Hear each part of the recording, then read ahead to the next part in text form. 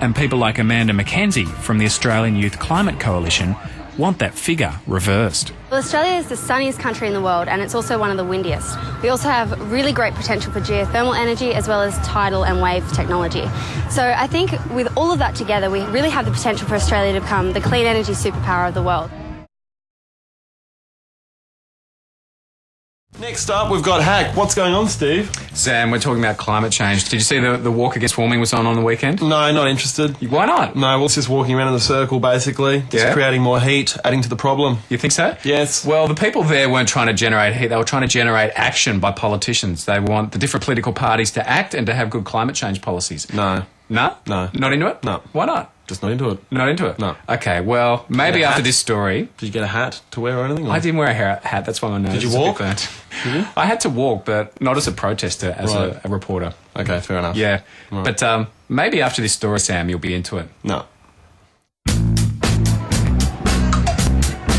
Last Sunday, around 100,000 people across the country joined the Walk Against Warming.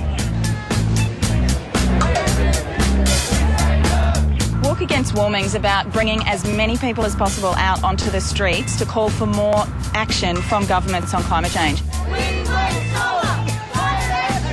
I think it's the most important issue that we're facing today. I'm just doing what I can to show some support for some climate action. Here to try to make a difference, to show the politicians that there's a lot of people that really care about this issue.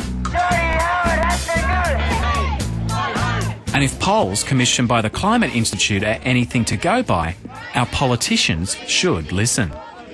Well, just before the election campaign started, we asked our voters in 9 marginal seats what the influence of climate change would be on their vote, and it was some 62%.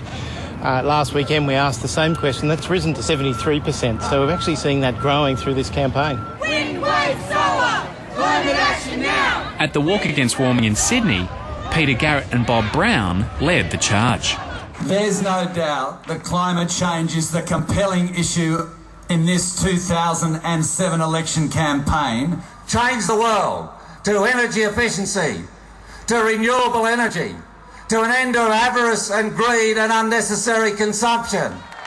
Environment Minister Malcolm Turnbull was a no-show at the Walk Against Warming. Malcolm Turnbull's electorate's 5 minutes away, and yet he couldn't bring himself or anyone else from the government to come up and speak to their policies on climate change. Malcolm Turnbull didn't just miss the Walk Against Warming, he also failed to turn up to the Candidates Climate Change Forum in his own electorate. So is this symbolic of the Coalition's commitment to the issue? Now, I'm working against global warming. I wasn't walking because I was attending Remembrance Day ceremonies with the RSLs, with the veterans, the old diggers of Wentworth. But I talk about climate change and I'm debating climate change day in, day out. So it's not a question of symbolism. I'm in favour of action, and that's what I'm doing. The Climate Institute describes itself as a non-partisan organisation who do research and raise awareness about climate change. They've done their own report card rating the party's climate change policies on cutting greenhouse pollution, switching to clean energy and international leadership. The Greens scored best with 90%, followed by the Democrats with 83%. Labor scored 60%, Family First 57%. The Coalition is currently in last place with 26.6%. The Climate Institute's got a political agenda. They don't even pretend to be objective. They've got an agenda. They're essentially supporting the Greens and the Labor Party. Okay, one of the areas they say you fall down on is in cutting emissions, and they say that one of the reasons why you fall down there is because you haven't set an emission reduction target for 2050. Now, we will set a long-term target. It will be carefully calibrated to what is happening elsewhere in the world, and it will be costed.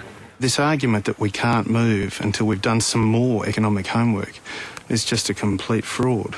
Guy Pearce is a member of the Liberal Party. He was a speechwriter for the then Minister for the Environment from 1997 to 2000 and wrote a book exploring the links between the Howard government and the fossil fuel industry. We've had all sorts of research on the economic impact of deep cuts in Australia's emissions now for years, and they all show roughly the same thing, that if we halve our emissions by mid-century, our economy more than trebles and our real wages roughly double. And these figures are backed up by ABARE, the government's own economic research agency. Guy Pearce believes the Howard government has also failed to look into the economic benefits of cutting emissions.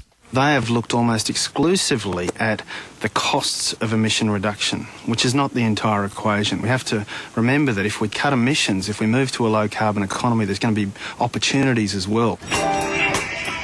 Back in the mid-1970s, around 20% of Australia's electricity was generated by renewable sources, mainly hydroelectricity.